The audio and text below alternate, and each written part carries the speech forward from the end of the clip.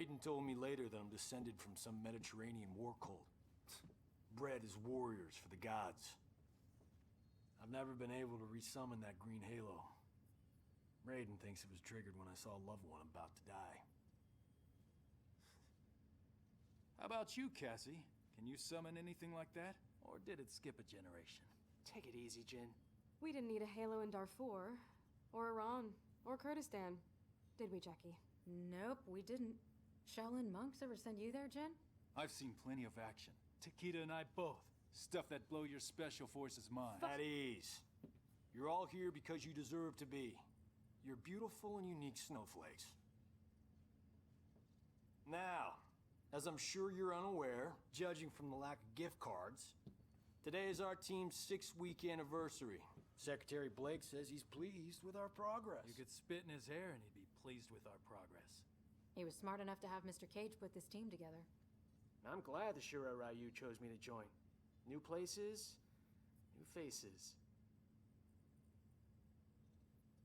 As the secretary pointed out, us older folks are gonna retire someday. So it's time for your generation to step up. Shaolin Shirai Ryu SF. Together. For your team's first mission, you're going to the Lin Kuei Temple. We haven't heard from the Grand Master in a while, so we need to make sure he's still on our side. That he's got our backs if things flare up again with Outworld. You need to bring him in, but don't be surprised if Sub-Zero's not willing to cooperate. Why be worried about Outworld? I thought Kotal Khan respected the Reiko Accords. He does. This dumbass politician is trying to ban illegal video games. Violent video games. Like the dumbass he is. You wanna know what I have written here? Here's the PG version. This dumbass is gonna eat some Tide Pods and explode, then blame video games. Sorry about that. You wanna know the full version? This fucking dumbass is gonna eat some fucking Tide Pods and fucking explode, then blame video games like the fucking dumbass he is, just jerking off to his last fucking brain cell. And, yeah, I agree with every sentiment that I just put in that. Because he's gotta be some fucking type of retarded if he thinks that, there's a correlation to video games and violence. Like, whatsoever. I mean, maybe if you're fucking mentally deranged, but you'd be like, oh, look, in Mortal Kombat I sliced a dude in two, I'm gonna fucking do that in real life. This blubbering fucking dumbass needs to get out of office and go to fucking college or some shit. I bet he has a fucking 2nd grade level education. Like, oh my god. I'm not the brightest bulb in the what the fuck ever the term is, but get the fuck out of here with that. What studies have you done that prove this, Link? Look, you've just been like, Grand Theft Auto has carjacking. Carjacking, real life. Unga bunga. Like, oh my god. Dude, why just video games? I was watching Batman vs. TMNT earlier, and Shredder just put a fucking shuriken in this dude's face, while Ra's al Ghul just chopped the dude's head off. None of that's happening in real life. It's not just because you hit the button to do it in a video game. What the fuck is wrong with you?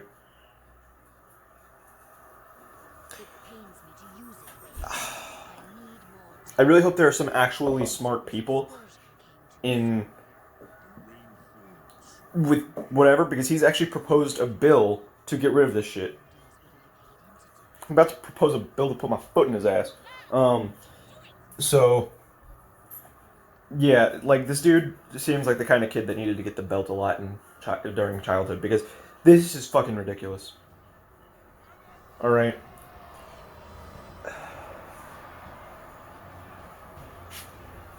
You know, maybe if you'd stop being a dumbass, you wouldn't have gotten the belt so much. But you're gonna blame that on video games too, not just because you're an awful person. So, yeah, guys, help me out here. What are we supposed to do? Yeah, I don't give a fuck. I'll be breaking the law anyways if this bill goes into effect. Because I'm just not dealing with this shit. No correlation, and you know what? In my opinion, this is governmental overreach. What I've said is you're supposed to keep people safe and then serve whatever agenda you're supposed to serve and get the fuck out of my life. You don't need to be censoring what kind of media I watch or play. So get the fuck out of here. I would probably incite protests, honestly. Not too crazy. But yeah, if this goes into effect, fuck you. I play a lot of violent video games, never assaulted anyone. Never jacked a car. I've played a lot of video games. I've never fucked a prostitute, killed her to get my money back. I'm just saying. That's not how people work. They don't. It's not monkey see, monkey do. You fucking dumbass. And if it fucking was, then fucking movies like Rambo and Batman vs. TMNT and Terminator, and not all of these are necessarily on the same level, but they've got violence in them, and no one's imitating that. And no one's imitating video games. What is one thing for a fucking fact that you can prove 100% is connected to video games? The Columbine guys, or the Columbine people said that they played Doom. You can't aim up or down in that one. Don't pretend like fucking Doom made you an expert marksman.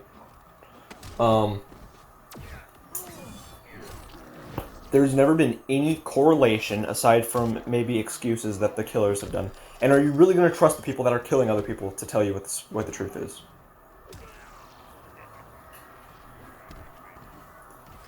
Like, what the fuck, dude? Do you think violence just didn't exist 5 years ago? Why did I say 5 years ago? You think violence didn't exist like 40 years ago? Because that's just not true. Dude, in the fucking 40s, we had World War II, where Hitler committed atrocious war crimes. And the Holocaust even was part of that. You think that was video games too, you fucking dumbass? Guys, this guy, if he goes any further with this, needs to be fucking impeached or removed from his seat. This is fucking stupid. Also, do a research. Countless studies prove there's no correlation between video games and violence. Let me pull one up real quick. Video games cause violence. I'm finding a lot of searches about essays, but hold on. Study. There we go. That's what I fucking said. I don't like this website. Resolution on Violent Video Games, American Psychology Association. Let's see. Adopted by the APA Council of Representatives in August 2015, suggested citation is included with references. Video game... Alright, what the fuck, dyslexia. Video game use has become pervasive in the American child's life. More than 90% of U.S. children play some kind of video game when considering the only adolescents 12 to 17, that figure rises up to 90%. Although high levels of video game use are often popularly associated with adolescents, children younger than age 8 who play video games spend a daily average of 69 minutes on handheld console games, 57 minutes on a computer game, and 45 minutes on mobile games. I don't know where this number came from. That is wrong. But let's continue. Right out 2013, considering the vast number of children and youth who use video games and that more than 85% of video games on the market contain some form of violence, the public has understandably been concerned about the effects that using violent video games may have on individuals, especially children and adolescents. New commentators often turn to violent video game use as a potential casual contributor to acts of mass homicide. The media point to perpetrators' gaming habits as either a reason that they have chosen to commit their crimes or as a method of training. This practice extends to at least as far back as the Columbine Massacre, 1999, and has more recently figured prominently in the investigation into the reporting of the Aurora CO theater shootings. Yeah, during the Dark Knight in 12. Wait, something else probably. When did that movie come? Irrelevant, Michael. And Washington Navy Yard Massacre. This coverage has contributed to significant public discussion as of the impacts of violent video game use. As a consequence of this popular perception, several efforts have been made to limit children's consumption of violent video games, to better educate parents about the effects of the content to which their children are being exposed, or both. Several jurisdictions have attempted to enact laws limiting the sale of violent video games to minors, and in 2011, the U.S. Supreme Court considered the issue in Brown v. Entertainment Merchants Association, concluding that the First Amendment fully protects violent speech, even for minors. In keeping the American Psychological Association's APA mission to advance the development, communication, and application of psychological knowledge to benefit society, the Task Force on Violent Media was formed to review the APA resolution on violence in video games. An interactive media adopted in 2005 and the related literature in order to ensure the APA's resolution on the topic continues to be informed by the best science currently available and that it accurately represents the research findings directly related to the topic. This resolution is based on the Task Force review and is an update of the 2005 resolution. Scientists have investigated the effects of violent video games for... This is really fucking long. Video game use for more than 2 decades. Multiple meta-analysis...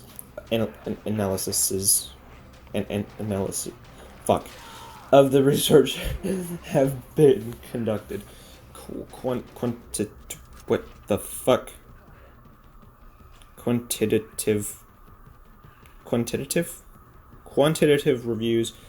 That doesn't sound right. Since APA's 2005 resolution that have focused on the effects of violent video game use have found a direct association between violent video games and aggressive outcomes.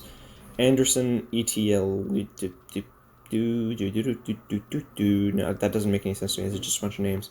Although the effect sizes reported are all similar to, and that's just a bunch of random numbers, and respectively, the interpretations of these effects have varied dramatically, contributed to the public debate about the effects of violent video games. The link between violent video game exposure and aggressive behavior is one of the most studied and best established since the earlier meta-analysis of this link continues to be a reliable finding and shows good multi-method consistency across various representations of both violent video game exposure and aggressive behavior. Mahler and Cray 2009, Salim, Anderson, and Gentle 2012. Aggressive behavior examined in this research included experimental proxy paradigms such as the administration of a noise blast to a Confederate and self-report questionnaires. Peer nominations and teacher ratings of aggressiveness focused on behaviors including insults, threats, hitting, pushing, hair, pulling, biting, and other forms of verbal and physical aggression. These findings have also been seen over a range of samples, including those with older children, adolescent, and young adult participants. There is also consistency over time in the new findings are similar in effect to those from the past meta-analysis. Similarly, the research conducted since cognitions and aggressive effect as outcomes also show a direct of violent video game use. Hassan Begu, Scarcrow and Bushman, 2013, Schaefer, 2012. Researchers have also continued to find that violent video game use is associated with decreases in socially desirable behavior such as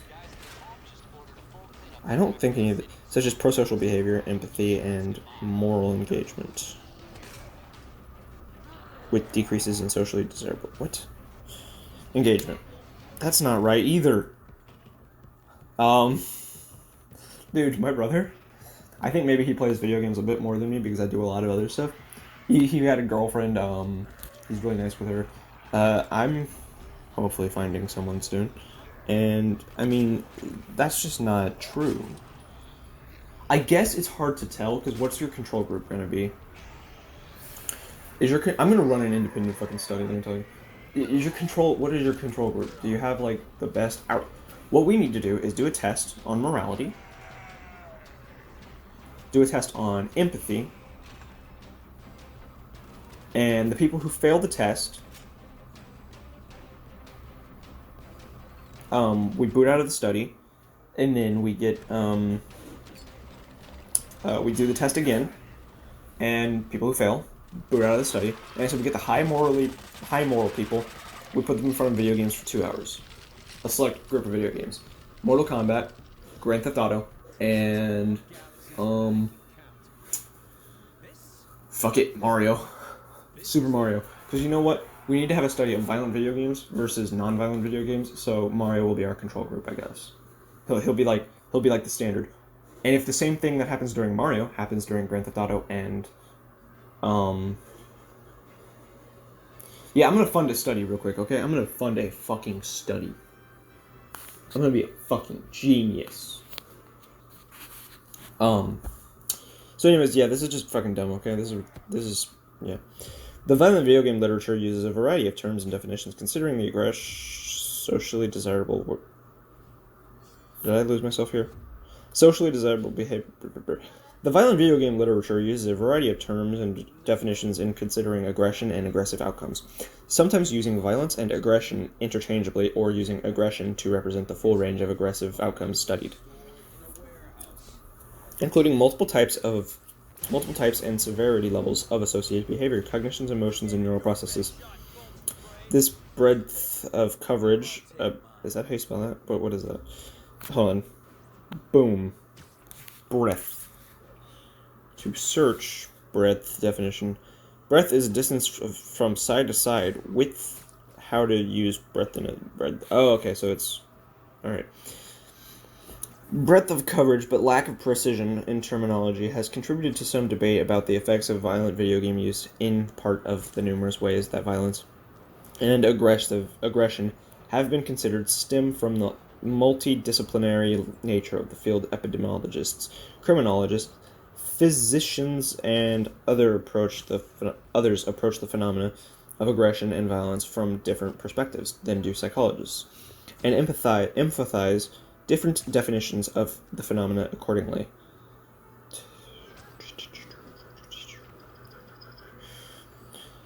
The international use of physical force or power that either results in or has a high likelihood of resulting in harm. Okay, wait, let me go back up. This is the definition of violence, I can skip that. Thus, all violence, including lethal violence, is aggression, but not all aggression is violence. This distinction is important for understanding the research literature, which has not focused on lethal violence as an outcome. Insufficient research has examined whether violent video game use causes lethal violence. The distinction is also important for considering the implications of the research and the interpreting popular press accounts of the research and its applicability to societal events. Resolution, consistent with the American Psychological Association's mission to advance the development, communication, and application of psychological knowledge to benefit the society and improve people's lives. This resolution on violent video games finds, whereas scientific research has demonstrated an association between violent video games use and both increases in aggressive behavior, aggressive affect, aggressive cognitions, and decreases in prosocial behavior, empathy, and moral engagement. Whereas there is a convergence of research finding across multiple methods of multiple samples with multiple types of measurements, demonstrating all existing quantitative... Fuck it. What's this word?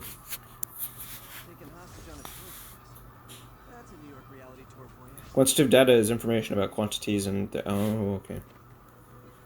Reviews of violent video games literature have found a direct association between violent video games and use and aggressive outcomes. I don't think this is right. I think they're bullshitting.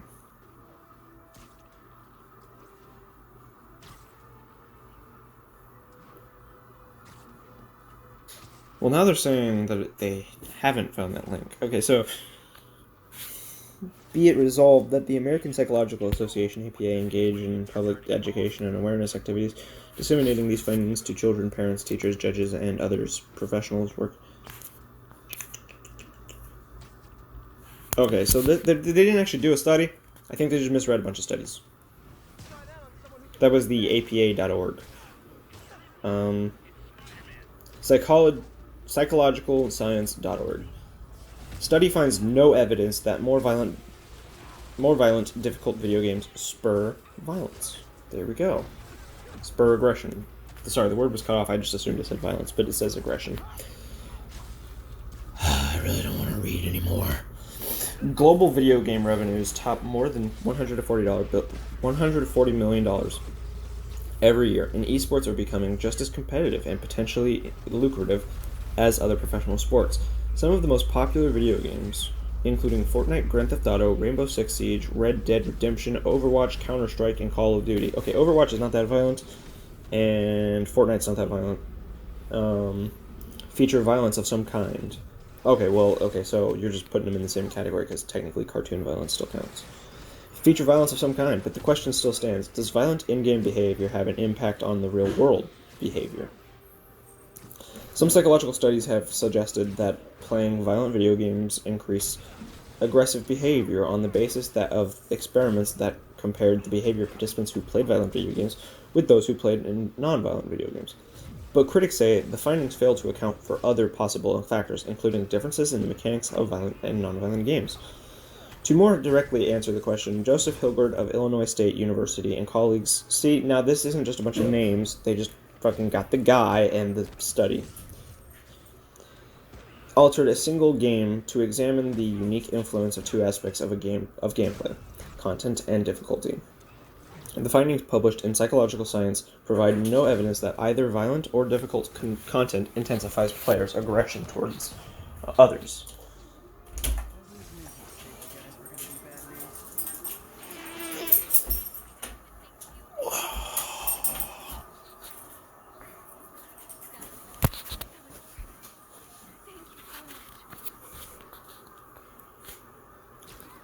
For the study, Hilgard and colleagues created 4 versions of the Doom 2 video game.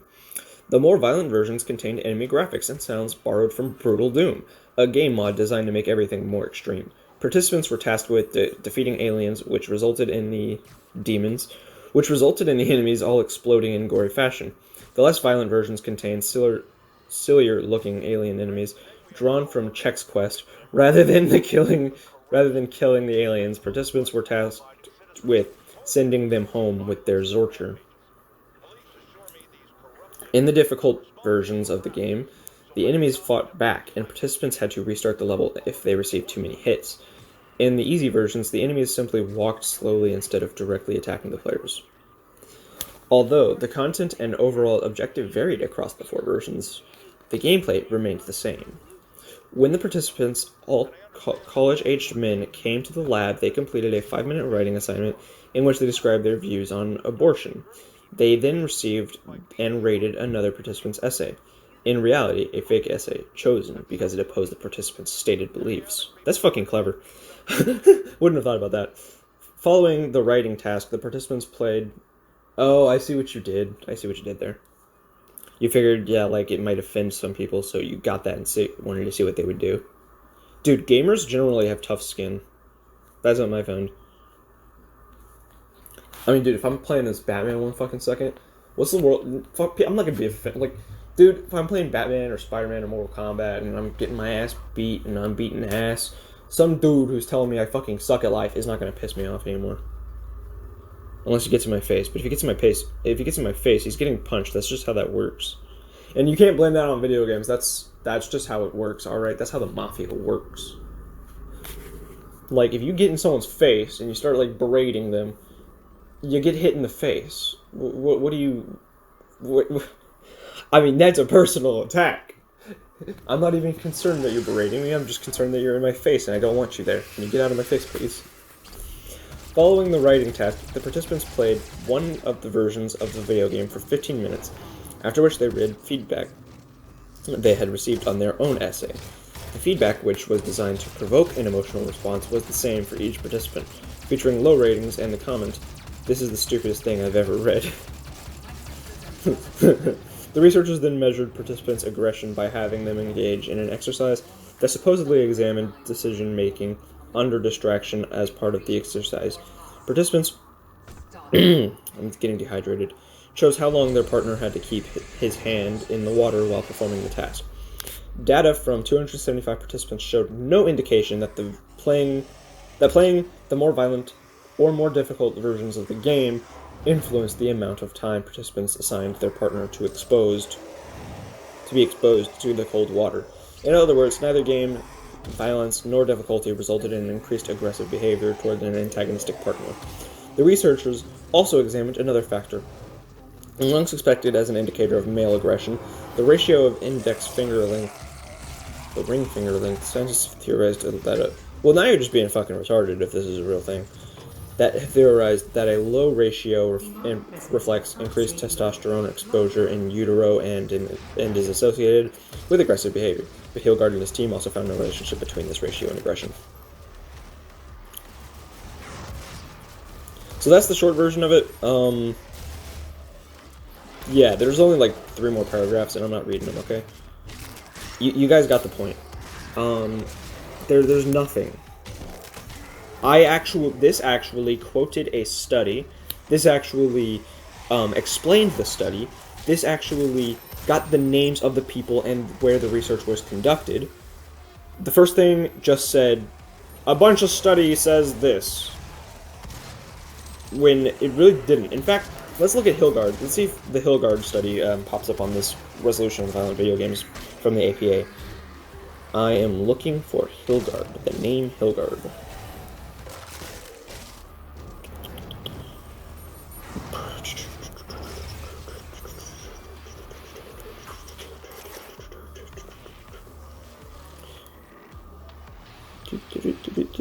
There's a lot of Ferguson here.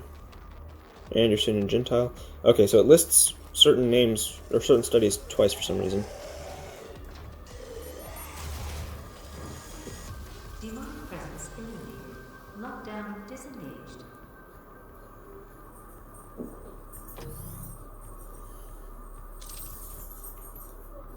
Yeah, because I don't... It does not mention any Hilgard study here. I'm still looking. Suggested citation. American Psychological Association references. Here's the references. Because we read through this basically the whole website, guys. I skipped over some sentences, but it wasn't important. You guys can always also just go check these sources and actually look it up. And I know you guys know this stuff, but I'm mostly talking to any politicians who might be watching this, because, oh my god, you can't be this stupid.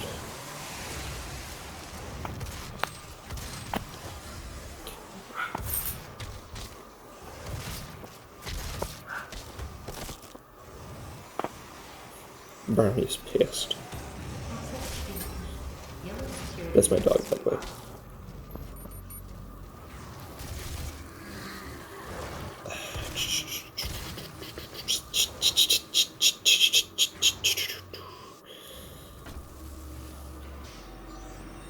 Okay, yeah, there's no references to... So I don't know if this is right. Just one... How long have I been recording? Almost half an hour. Let's just do... Access denied. Yellow security clearance required. Hold up.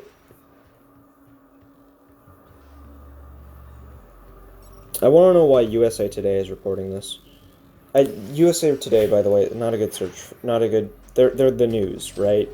And if they have an agenda... they're going to. So, I don't want to use this to discredit their point. Or actually, yes, I do. I don't want to use this to discredit what they're reporting. Just that I want to discredit them specifically because they didn't have anything to do with the study. And it's just dumb. Alright, you don't trust them.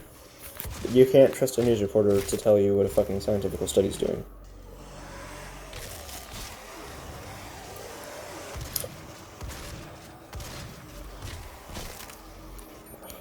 They don't even mention the study. Okay, so,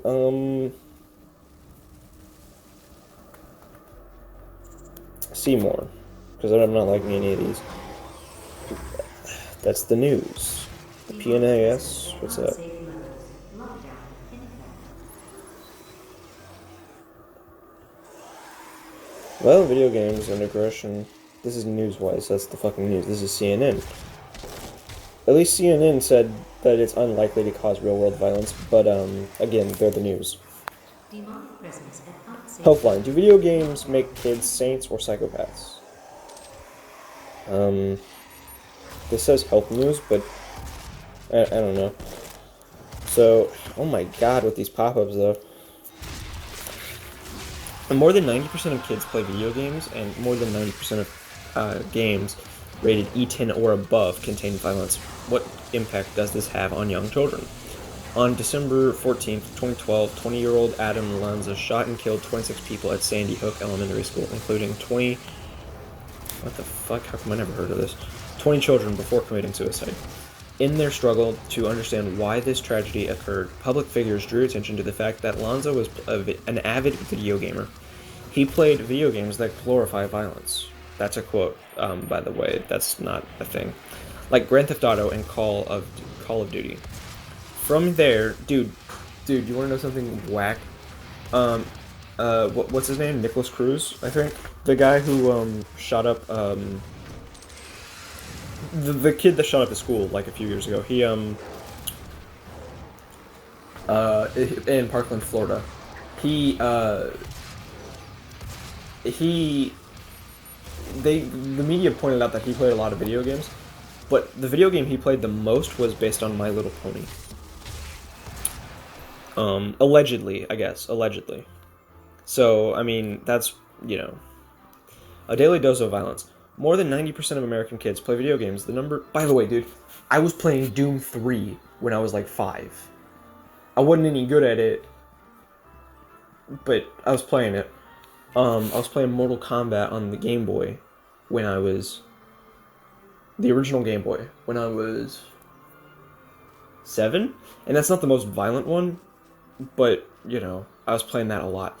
And then there was a game on the Game Boy Advance that I played to fucking death, and I actually knew some of the fatalities for that one. I don't believe they were super violent because it was on the Game Boy, but on the Game Boy Advance. But I'm playing Mortal Kombat now, Mortal Kombat 11, and I'm playing Mortal Kombat X. I'm playing all this shit, and it's not affecting me at all. And I'm not special. In fact, I would think that anyone who is affected by this shit is special. 99% of boys, 94% of girls. It's not just kids playing either, according to the Entertainment Software Association, ESA. So, dude, if it's 90% of American kids, why isn't there more violence? Right? We all have violent thoughts, but no one ever fucking does it. Don't fucking tell me you've never had a violent thought in your life, by the way.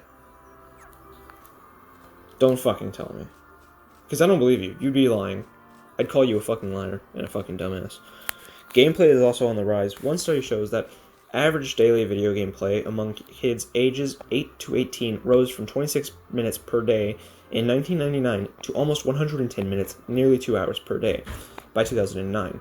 The numbers were even higher for boys, 25% of whom play video games for 4 hours or more a day.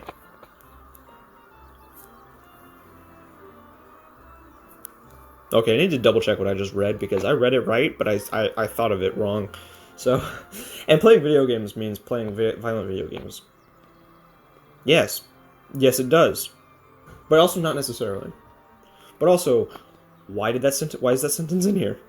It seems more than 90% of games rated E10 or above, E10, teen, or mature, have some kind of violent imagery, and that violence is often portrayed as justified, fun, and without negative consequences, write researchers Douglas Gentile and Craig Anderson of Iowa State University.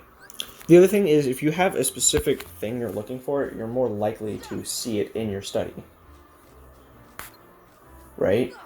Like, you're doing a study and it has 2 effects and there's a lot of gray in it, or 2 possible effects, but there's a lot of gray in both of them. You're more inclined to see, like, well, look, this guy just fed his mom hot sauce. He's a dick. Rather than being like, Well, it's just fucking hot sauce. I mean, I put hot sauce on my sandwich all the time. I'm not a fucking masochist. Even E-rated games, which the Entertainment Software Rating Board, ESRB, says are suitable for all ages and may contain minimal violence, are suspect. One study found that 35 of 55 E-rated games involved deliberate violence and 33 reward violence or require violence to take advanced in the game. This study also found that 32% of games that did not have content description for violence, 14 games contained violence anyways. I'd like the names of these games, please. Video games, aggressions, and risky behavior. In the short term, it's fairly easy to measure the effects of violent video games. Sit a group of people down and have them play a violent or non-violent video game. And then measure the results of a slew of studies have found that in comparison to non-violent or pro-social video games, violent games promote feelings of hostility and aggression, desensitize the player to violence, and skew the player's perception of what constitutes violence. Wait, what? Alright, I read that, but I didn't understand it until I finished. Like, sorry, what? My diva! Diva! Oh, no. How goes it, girlie? Oh, you're so nice and warm.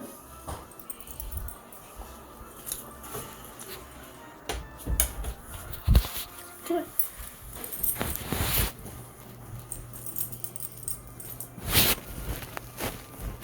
Hey, Jessie. Oh, the doggies just coming into my room at once, aren't they? Okay, so, yeah, like what? Do these effects last long term? To find out, scientists. So what is this particular player's perception of what constitutes violence? Do these effects last long term? To find out, scientists ran longitudinal studies tracking. Yeah, this is all. Before I finish this paragraph, this is all very fucking vague. Longitudinal studies tracking how the children's video game use changed over the time. With it measures aggression. One study tracked more than 30,000 kids for 3 years and found that playing violent video games increased their impulsiveness in a vicious cycle. Higher base levels of impulsiveness increased their video game use. A second study on the same set of kids also found increases in aggression. We know that violence in general is associated with mental health problems. We also know, given brain research, that our brain sometimes doesn't distinguish between what's real and what we see on TV. University of Texas, huh? Oh, I'm not going there for college. Another study published this year tracked 5,000 teenagers for 4 years and found that playing mature-rated video games predicted later risky behaviors. Play of these mature-rated risk-glorifying games was associated with subsequent increases in sensation seeking, rebelliousness, hanging out with kids who smoke cigarettes and drink alcohol, thinking kids who drink and smoke are cool. You want to what? Thinking kids who drink and smoke are cool, and thinking that one would like to try drinking and smoking. Okay, dude, I'm a level with you. Drinking is fine, I think. I've never had a drink, I don't know the sciences of drinking. But smoking, I have no interest in smoking. I have no interest in thinking it looks cool. My parents are chain smokers, but I'm not. I've never smoked anything. So that's... Explained Jay Hull, Department Chair of Psychological and Brain Sciences at Dartmouth College. In an interview with Healthline, in turn, changes in these variables were associated with subsequent changes in drinking, smoking, fighting, risky sex, and delinquent behavior. The effects were much stronger among kids who played violent video games with an antisocial protagonist, i.e. Grand Theft Auto 3, Manhunt, and the heroic protagonist, i.e. Spider-Man 2. What? How can you compare Spider-Man to Grand anything from Grand Theft Auto? So you have antisocial like Grand Theft Auto and Manhunt, and heroic with Spider-Man, and they have the same results. Some tells me it's not even a violent game, by the way. Something tells me that that's not, Oh, fuck, I read that wrong, never mind. The effects were much stronger among kids who played violent video games with an antisocial protagonist, i.e. Grand Theft Auto 3 and Manhunt, than with a heroic protagonist, i.e. Spider-Man 2. So I'm just a dumbass, alright? Sorry. I never claimed I wasn't. Director of the Center for Health Promotion and Prevention Research at the... Okay, so this doesn't tell me how the study was done. This doesn't tell me what the study is called. This is vague. Vague as fuck, alright? Everything here is vague. We know that violence in general, whether it's being a victim of violence or just witnessing violence, is associated with mental health problems. She told Healthline. We also know, given the brain research, that our brain sometimes doesn't distinguish between what's real and what we see on... What? I just read this quote earlier. She found that playing more than 2 hours a day of violent video games is linked much more strongly with depression than playing less than 2 hours a day with non-violent video games.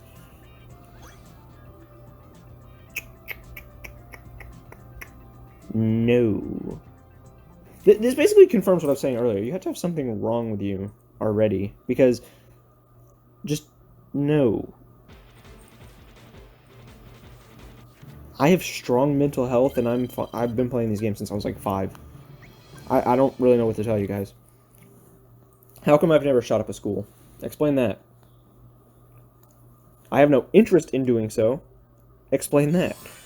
However, other studies didn't find any such negative effects, or they found that the effect goes in the opposite direction. One study followed 324 elementary school students for a year and found that children who were aggressive at the beginning of the study were more likely to have grown to prefer bloody or brutal video games by the end of the study, suggesting that innate aggression can also lead to violent video game use. Violent video game playing, on the other hand, didn't predict later aggression. Another study followed 302 kids for 1 year and found no connection between... Okay, so how many studies have we mentioned here? I think these studies are about half and half, but the ones that aren't that vague, or rather the one that wasn't that vague, had more convincing results. This is just listing a study and not necessarily showing what it was. And then it's mentioning, what's wrong, girl? You're the one who wanted to come in here. Do you want out now? If you want out, why are you licking me? What do you want, girl? Did predict copycat crime. What? Criminal... Wait. Where the fuck was I? Another study followed 302 kids for 1 year and found no connection between video game violence and aggression, violent crime, or bullying behaviors. Criminologist Ray Suritz of the University of Central Florida researched the video game playing habits of 249 inmates in a county jail. He found that video game playing did not predict who had committed copycat crimes. However, he did find that the degree of immersion in media, regardless of type, did predict a copycat crime.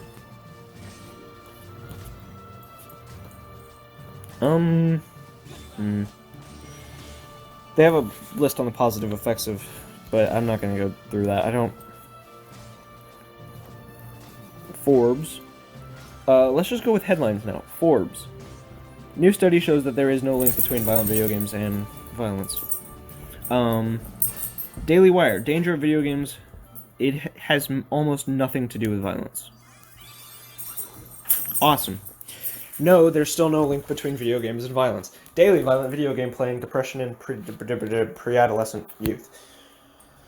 Well, that's just a question, really. That's not really... Whatever. You guys get this, right? I need help putting together an essay. So I want ideas and I want links from you guys in the comments. I want the names of studies, if you guys can help me out here. Both good and bad. I want to be able to quote studies in an essay that I'm going to be doing. Okay, guys? Does video game cause violence? This research asks you to think again. I don't know. So guys, I'm asking for your help down in the comments. Let me know what you guys can do to help this, because we need to really get through this before this bill goes into effect. I'm hoping it won't, and I don't think it will, but there's always a 10% chance of anything, really. You can never be, like, 100% certain of something. So, yeah. Thank you guys. Later. There will be a part 2, and then there will be the essay I was talking about. Thanks.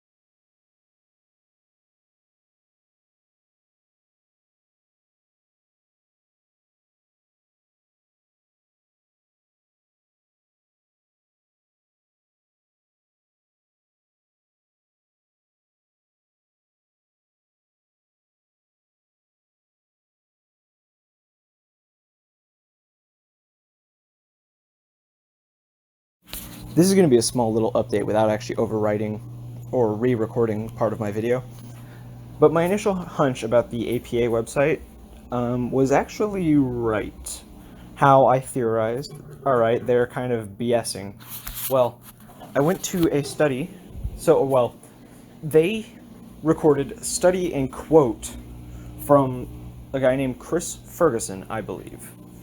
And I talked about that, what they were saying about it. And they claimed that he said video games are a big problem for the world.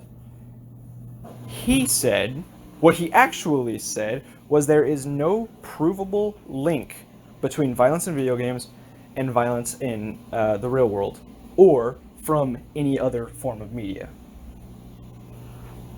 How did they twist his words up like that, and no one seems to be talking about this? That's fucking whack. Alright, I'm actually re-recording this part, because, yeah, I went and checked. It lists 3 different studies, or at least 3 different parts of one study, from Chris Ferguson, I believe is his name. It just says Ferguson on their website. And I'm going to recheck the actual study that they mention, and it said that there was a definite link. What the fuck? Okay, so here's the actual study that I'm going to read to you now. Not all of it, but you literally just look up this dude. You have to type in Chris Ferguson PhD, because there are a bunch of Chris Fergusons. Christopher Ferguson PhD was in grad school when a guest speaker happened to tell his class one day that there's no doubt whatsoever that violent media caused violence in society. That was the moment recalled Ferguson, a Stetson University psychology professor. I think literally it was 30 seconds of her talk, but that was what sort of triggered my interest. In the years since, Ferguson has become a leading researcher in the field. His studies have consistently reported no connection between real-world violence and violent video game or media violence. That is what we are going to have for now. His studies will be in my essay and be referenced in the part 2, sort of. Part 2B, because this is part 2, whatever. So this is part 2A, that next one was part B, part 2B. Thank you for listening. And just do some research if you're on the fence about this. I don't think many people are on the fence about this. I think it's pretty concrete and no one really seems to buy their bullshit. But I'm surprised that a governmental organization, the APA, which I believe is a governmental organization anyways, American Psychological, what is it? Again, I just looked it up. APA.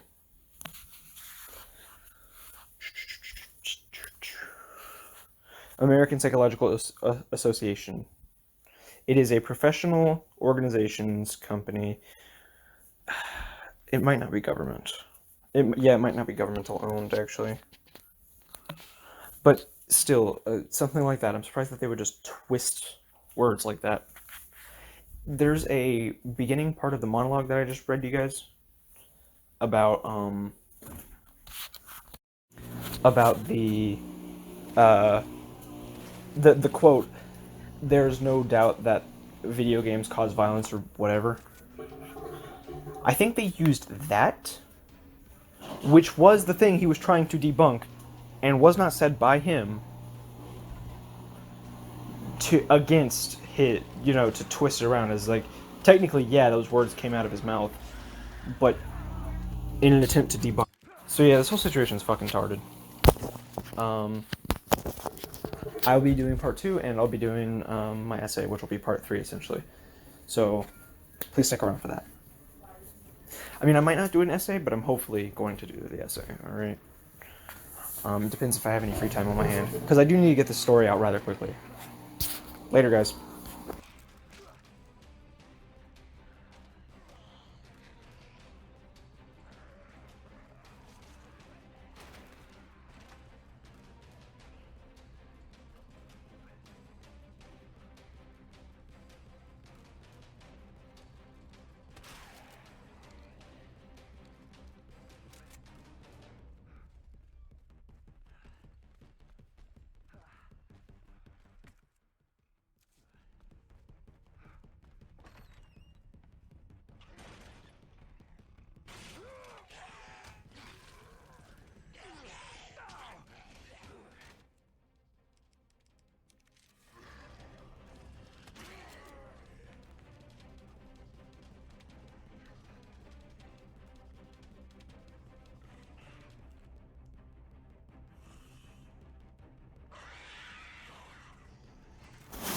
Okay, people.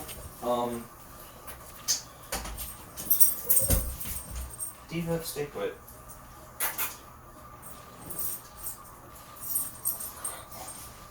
They're not here yet.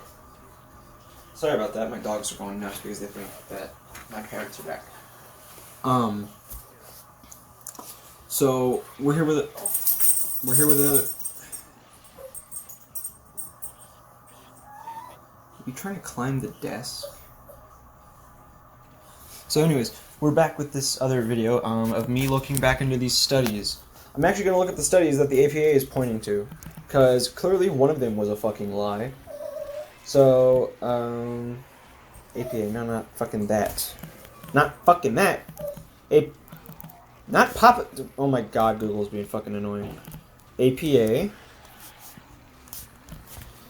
The websites I've been to, Violent Diva Video Games. APA, Violent Video Games.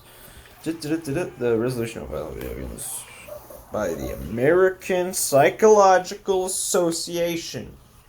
I'm clicking the trademark to see if this is actually a government thing.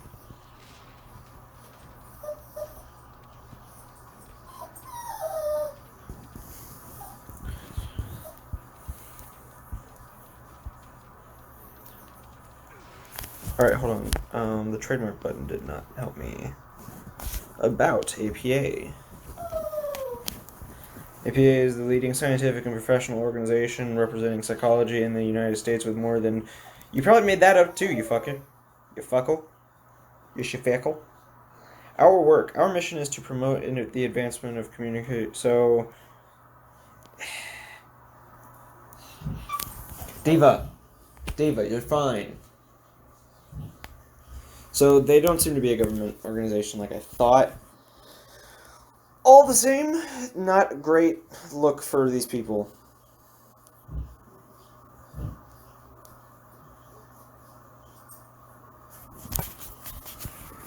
Yeah, I can't find any government ties here. Alright, Mahler and Cray, Salim, Anderson, and Gintel. Alright, 2012. Salim.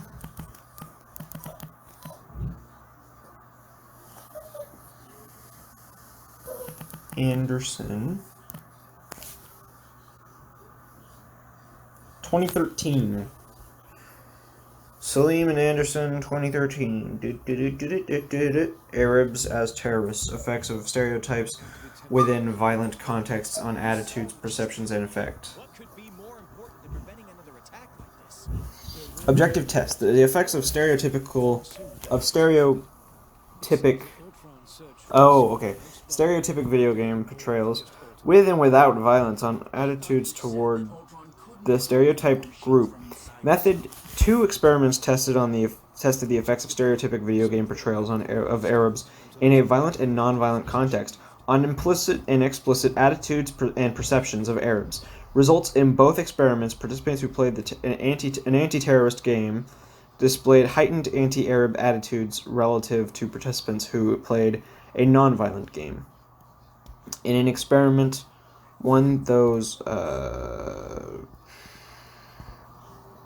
In experiment 1, those who had played Arab, and I know what these words are. Can I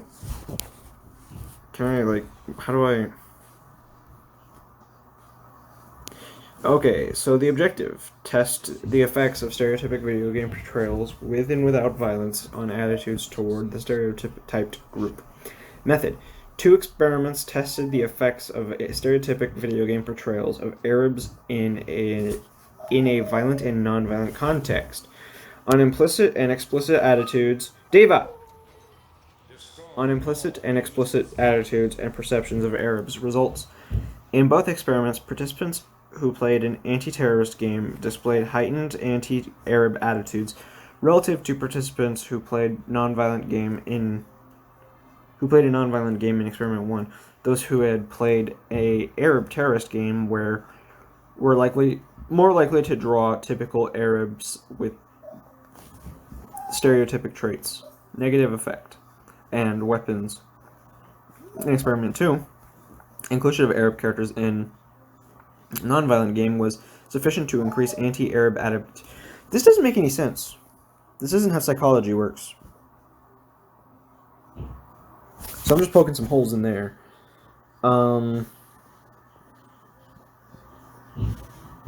Conclusion. These results are important for 3 reasons. First, results suggest that video game stereotypes can prime... Deva! Shh. Shh.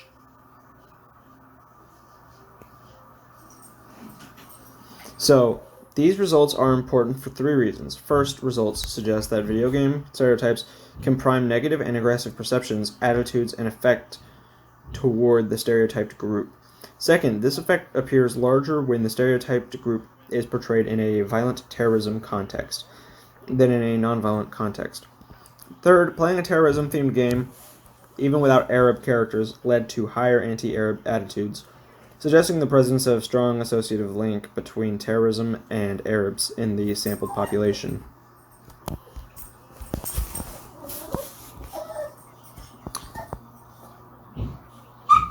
This doesn't seem legit. Also, Diva, if you're gonna keep barking, you're gonna have to do the leafy thing. Sorry. There we go.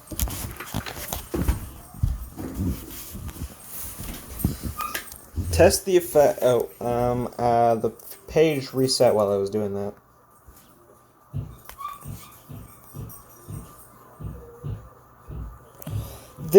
Okay, I don't see any peer reviews on this particular study. I don't think this is accurate. I think they just said something and there's no proof to the study, there's nothing. It's a quick little statement. We're gonna end this here real quick. Bye guys. I'll be back for part 3, I guess.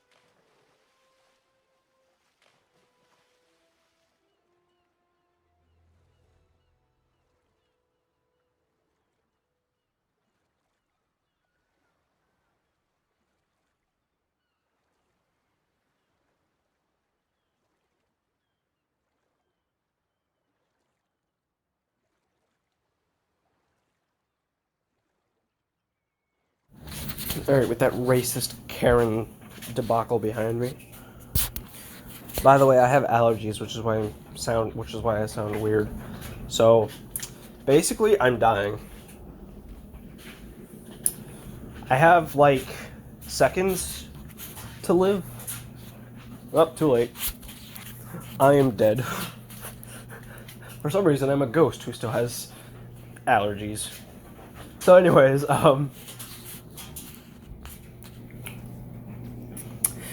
let me pause this real quick. Laundry going again. So basically, Star Wars: The Force Unleashed 3. I hope they go in depth with the Grey Jedi thing.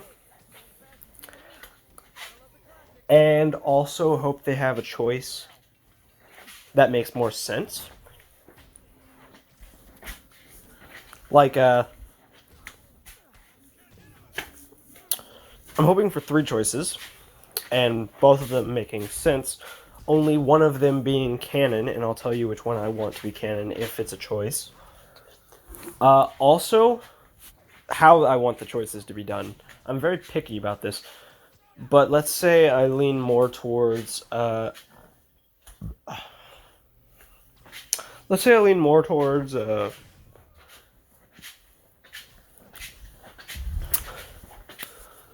Wars: The Force Unleashed 1 rather than 2. So, and the first thing about the game, I want Juno, Eclipse, Coda, and Starkiller to be made playable characters. I mean, sure, Starkiller's already a playable character, but Coda and Eclipse. So basically, also they should adjust the time period maybe a little bit. Instead of Starkiller creating the rebellion, it should be after. No, it should be right before Rogue One. And basically,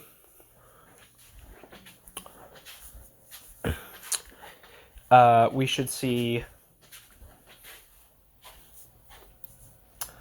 Starkiller join the rebellion later, and Rom Coda already be part of it. Juno Eclipse would have the same role in the story, though, that she normally did. So, also, I think they should have some post-game content based on the choice you make at the end of what would normally be the end of the game, and then fill out the post-game content with DLC.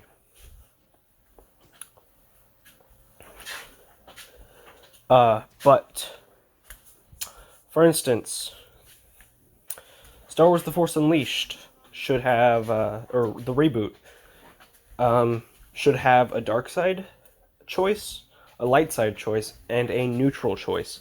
And I'm hoping they go more in depth on gray Jedis. I find that concept to be interesting. And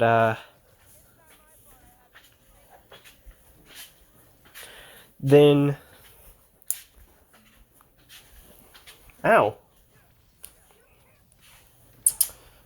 then have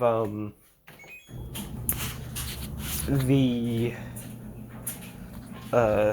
like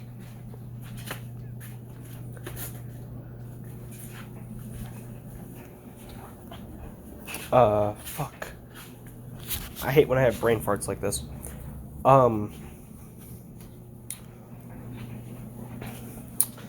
So, I guess first, let's go into gameplay.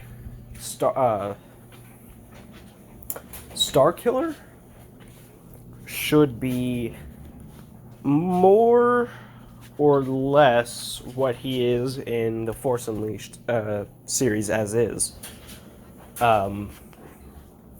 Personality, powers, and gameplay alike. But I also think they should go more in depth, and it shouldn't just be a hack and slash.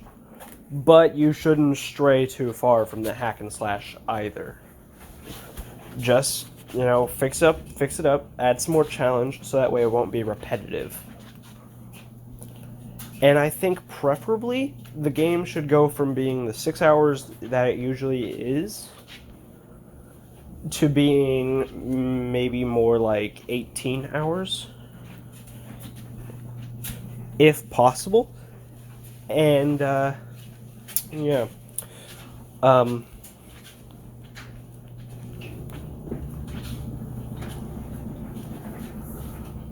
then I think that the playing as other characters would really flesh it out. For instance, when you're flying and when you're... So, now you can fly a spaceship and fly the Rogue Shadow, I mean. And also, you can control it and stuff like that. So when you're playing as Juno Eclipse, you can fly around and blast do like on the ground blast combat.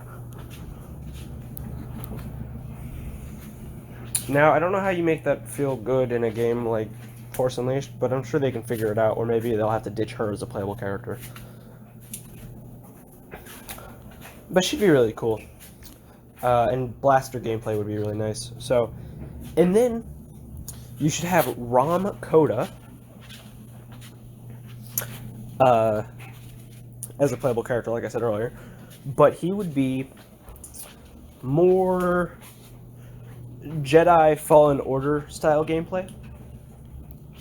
So you have to think about your actions, and you have to think about what the enemy is doing. So as a result, he should have less health and be less powerful. But he'd still act like a mentor to Starkiller about halfway through the game. More or less, I think the story should be the same, but I think it should be better, and I don't think they should kill off Starkiller again. Or Galen Merrick, whatever you want to call him. I also don't think he should beat Darth Vader. I think he should come very close, though. Fight him competently, unlike what Cal Kestis did in Jedi Fallen Order.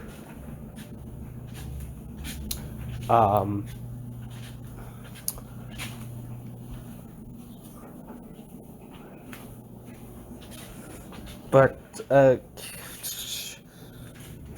then you should also have also it would be cool if all of the characters had choices to make that affected the narrative all the way through. That may be too much to ask for, though, but I think all the characters should have some choices that affect minor things. And I think the skill tree should be handled like a combination of Fallen Order and Force Unleashed. Oh, and they should keep the Darth Vader on Kashyyyk sequence.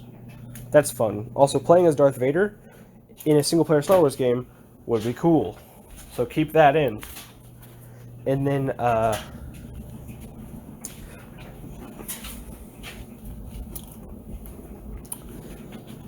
then you fight,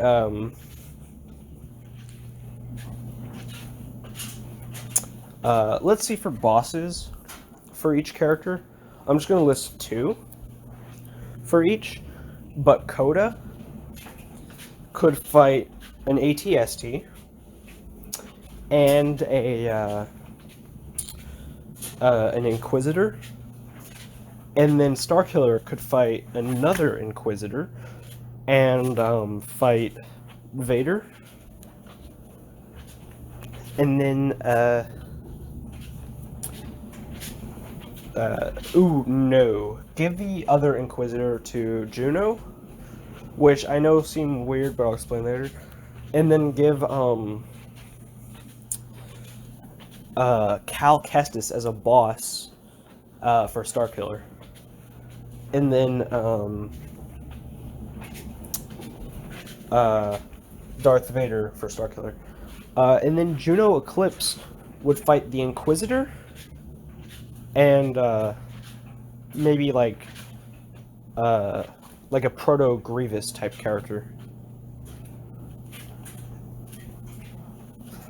Oh, but the Proto Grievous doesn't have lightsabers, because then she'll get torn to shreds.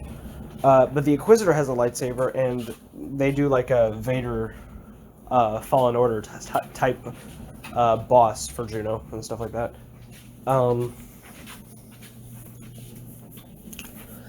Also, the choices for each character.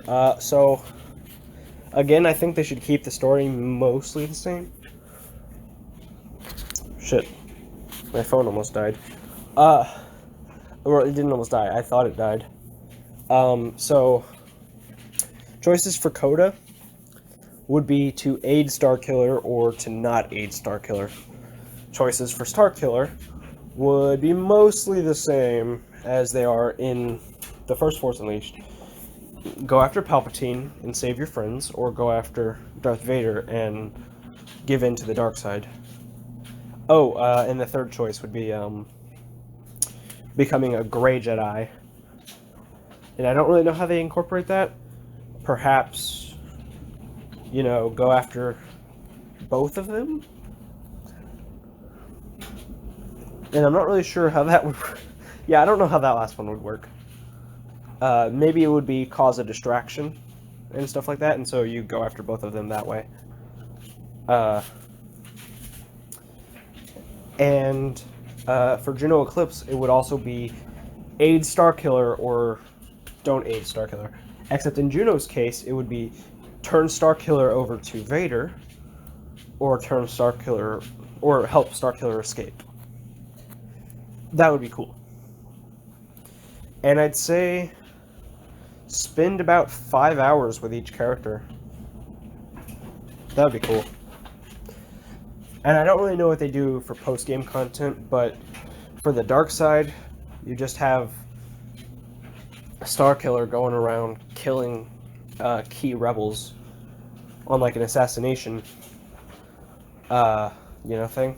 So he's not killing like Luke Skywalker, Leia, or Han, but he'll go after Mon Mothma or Bail Organa. For light side, he continues fighting as part of the rebellion, and we pick up with him aiding Luke and Han on the Battle of Hoth. But then for the canon Grey Jedi ending, he, it just, I don't really know. Again, I didn't think much far into that. I'll think of something later, but he'll have, like, the Grey Jedi ending, where he'll, like, help out the rebellion, but he'll also pose as, like, a spy for the Sith, which would be Vader and Palpatine. So, yeah. Hello, Tigger. You've just brought my new friend Sora. But yeah, I do think they need to fix up the gameplay a little bit, so that way it doesn't get repetitive. Because if they just port over Star Wars The Force Unleashed and make the graphics good, and then add more story to it, then you run the problem of, you know, it just not being a good 40-hour experience. I mean, I played The Force Unleashed 2, and I mean, definitely towards the ending of that one, it started to feel repetitive, like, a lot. And I already don't think playing through the final mission twice on the first Force Unleashed is a good call. Having to play through that one twice is, it's asinine. So, you know, now that I've said it, put it out in the air and breathed it into existence, asinine.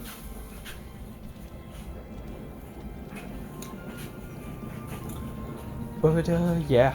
What do you guys think? I'm sorry that I sound really weird. It's kind of annoying to me, too. But, you know, allergies, I'm dying. Oh, actually, I'm a ghost with allergies, and I'm already dead. Gotta keep continuity. So, yeah.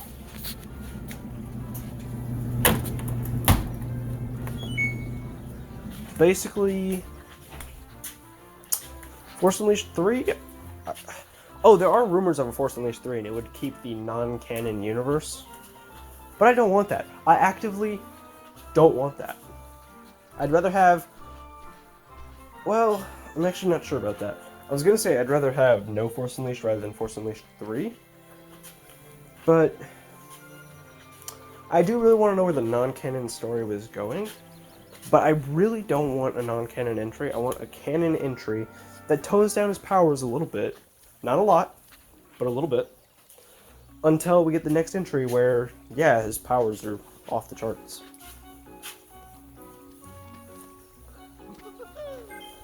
But yeah, it would be really cool to see Starkiller come back in a canon entry. It would not be very cool for him to just, you know, exist where he exists.